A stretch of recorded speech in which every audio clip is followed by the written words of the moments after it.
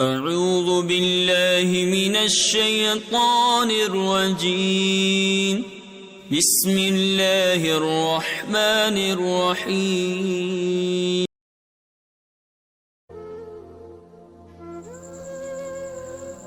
اور یوسف کے بھائی شمون نے بھی نامہ لکھ دیا اور یہ قید لگائی کہ مصر تک اس کو پابند رکھو.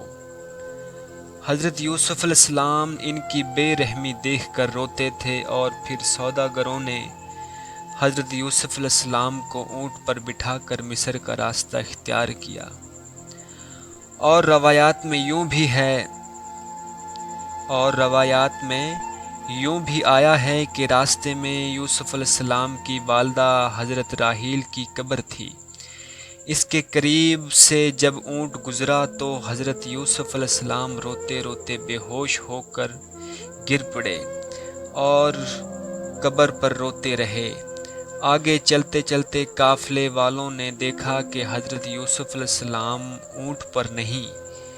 قافلہ والے آپس ہو کر راستے پر ڈھونڈتے رہے.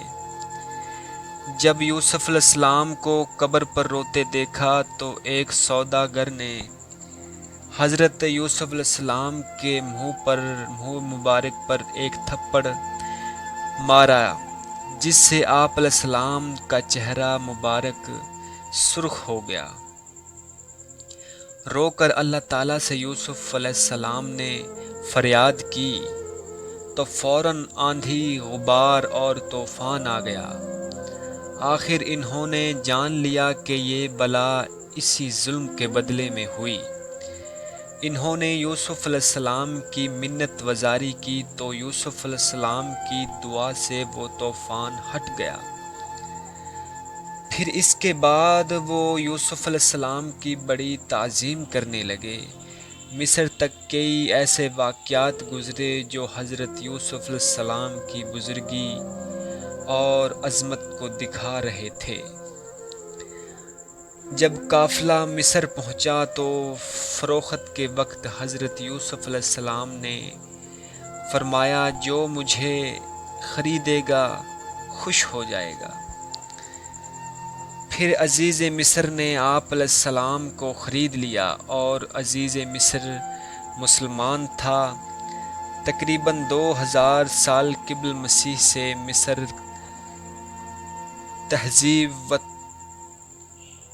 تہذیب و تمدن کا گہوارہ سمجھا جاتا تھا. حضرت یوسف علیہ السلام ایک غلام کی حیثیت سے مصر میں داخل ہوئے. جب قافلہ والوں نے حضرت یوسف علیہ السلام کو مصر لے جا کر فروخت کرنے کا اعلان کیا تو لوگوں نے بڑھ چڑھ کر قیمتیں لگانا شروع کی، یہاں تک کہ یوسف علیہ السلام کے وزن کے برابر سونا اور اسی قدر مشک اور ریشمی کپڑے قیمت لگ گئی. لیکن یہ دولت اللہ تعالیٰ نے عزیز مصر کے لیے مقدر کر دی تھی. اس نے یہ چیزیں قیمت میں ادا کر کے حضرت یوسف علیہ السلام کو خرید لیا. ابن کثیر میں ہے کہ یہ مصر کا وزیر خزانہ تھا، جس کا نام اتفیر یا کتفیر تھا، اور بادشاہ اس زمانے کا قوم عمالقہ کا آدمی تھا، جس کا نام ریان بن ولید تھا، جو بعد میں حضرت یوسف علیہ السلام کے ہاتھ پر اسلام لایا تھا، اور یوسف علیہ السلام کی موجودگی میں اس کا انتقال ہوا. تفسیر مزری ہے. عزیز مصر جس نے یوسف علیہ السلام کو خریدا تھا، اس کی بیوی کا نام راحیل تھا.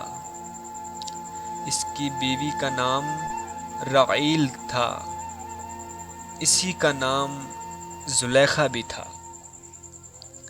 تفسیر حقانی میں ہے کہ عزیز مصر فوج کا افسر تھا.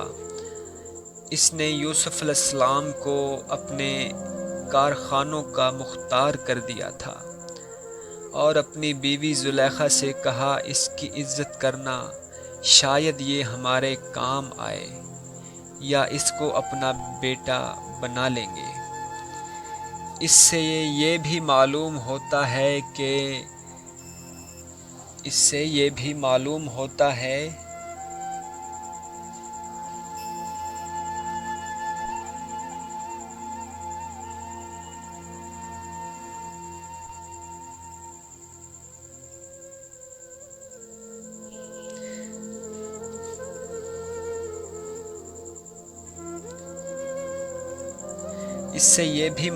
ہوتا ہے کہ اس کا کوئی اولاد نہ تھی۔ اس نے کہا کہ اس کو عزت اور توقیر سے رکھنا۔ بہرحال عزیز مصر نے حضرت یوسف علیہ السلام کے ساتھ غلاموں جیسا معاملہ نہیں کیا، بلکہ اولاد کی طرح عزت و احترام سے رکھا، اور اپنی ریاست اور دولت کا مختار بنایا، اور گھریلو زندگی کی ذمہ داری ان کے سپرد کی، ان سب کا امین بنایا۔ حضرت یوسف علیہ السلام کی جوانی کا عالم تھا، خوبصورتی و خوب روئی اور جمال و رعنائی، اور مجسم رخ روشن شمس و قمر کی طرح منور، عصمت و حیا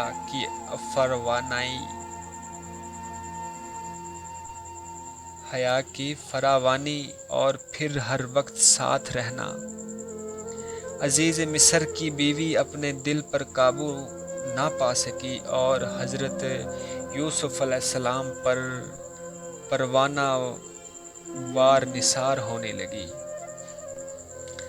مگر ابراہیم علیہ السلام کا پڑپوتا اور اسحاق علیہ السلام کا پوتا اور یعقوب علیہ السلام کا بیٹا اور آنکھوں کا نور، خانوادہ نبوت کا چشم و چراغ اور منصب نبوت کے لیے منتخب، پھر اس سے یہ کیسے ممکن تھا کہ ناپاکی اور فحاشی میں مبتلا ہو اور عزیز مصر کی بیوی کے ناپاک عزائم کو پورا کرے۔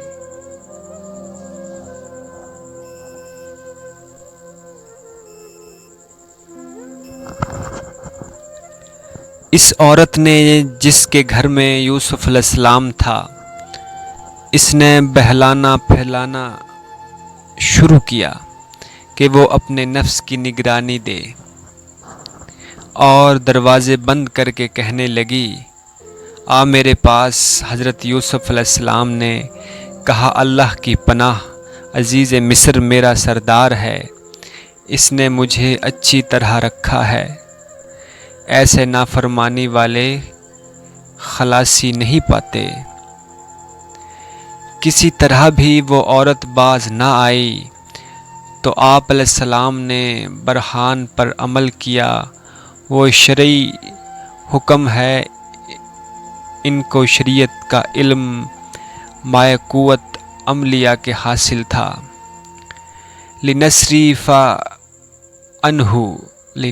عنہ، تاکہ ہم ان کو صغیرہ اور کبیرہ گناہوں سے دور رکھیں، یعنی ارادہ سے بھی اور فعل سے بھی بچا دیا، کیونکہ وہ ہمارے بندوں میں سے تھے۔ جب حضرت یوسف علیہ السلام نے معلوم کیا کہ یہ عورت آثار کرتی ہے تو یوسف علیہ السلام دروازے کی طرف بھاگے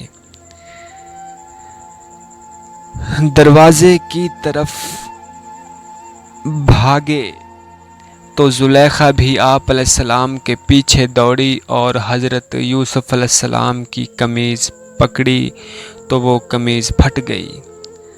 چنانچہ ارشاد ہے، اور دونوں دوڑے دروازے کی طرف، اور عورت نے چیر ڈالا یوسف کا کرتا پیچھے سے، اور دونوں مل گئے عورت کے خاوند کو، عورت کے خاوند کو۔ عورت بولی کیا سزا ہے جو کوئی تیرے گھر میں برائی کرے؟ کیا سزا ہے جو کوئی تیرے گھر میں برائی کا ارادہ کرے، سوائے کہ قید میں ڈال دیا جائے یا دردناک عذاب ہو۔ حضرت یوسف علیہ السلام اپنی جان بچا کر دروازے کی طرف بھاگے تو پیچھے سے زلیخا پکڑنے کے لیے دوڑی تو کرتا اس کے ہاتھ میں آیا، وہ پھٹ گیا۔ دروازے کے باہر عزیز مصر کھڑا تھا۔ عورت نے جلد چالاکی سے کہا کہ جو تیرے گھر میں برائی کا ارادہ کرے تو اس کو یا قید کیا جائے یا دردناک عذاب دیا جائے۔ حضرت یوسف علیہ السلام نے فرمایا کہ معاملہ برعکس ہے، یہی مجھ سے اپنا مطلب پورا کرنے کے لیے مجھ کو پھسلاتی تھی۔ اس موقع پر زلیخا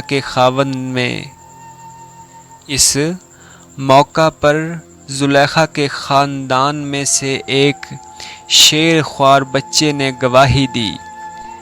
یہ حضرت یوسف علیہ السلام کا معجزہ تھا۔ بچے نے گواہی دی کہ قمیض اگر آگے سے پھٹی ہے تو زلیخا سچی ہے اور یوسف جھوٹا ہے، اگر قمیض پیچھے سے پھٹی ہے تو یوسف علیہ السلام سچا ہے اور زلیخا جھوٹی ہے، جیسا کہ فرمان باری تعالیٰ ہے۔ اور گواہی دی ایک گواہ نے عورت کے لوگوں میں سے، اگر یہ کرتا اس کا آگے سے پھٹا ہوا تو عورت سچی ہے اور وہ جھوٹا ہے، اور اگر ہے قمیض اس کی پھٹی ہوئی پیچھے سے تو یہ جھوٹی ہے اور وہ سچا ہے۔ پس دیکھا عزیز نے کرتا اس کا پھٹا ہوا تھا پیچھے سے۔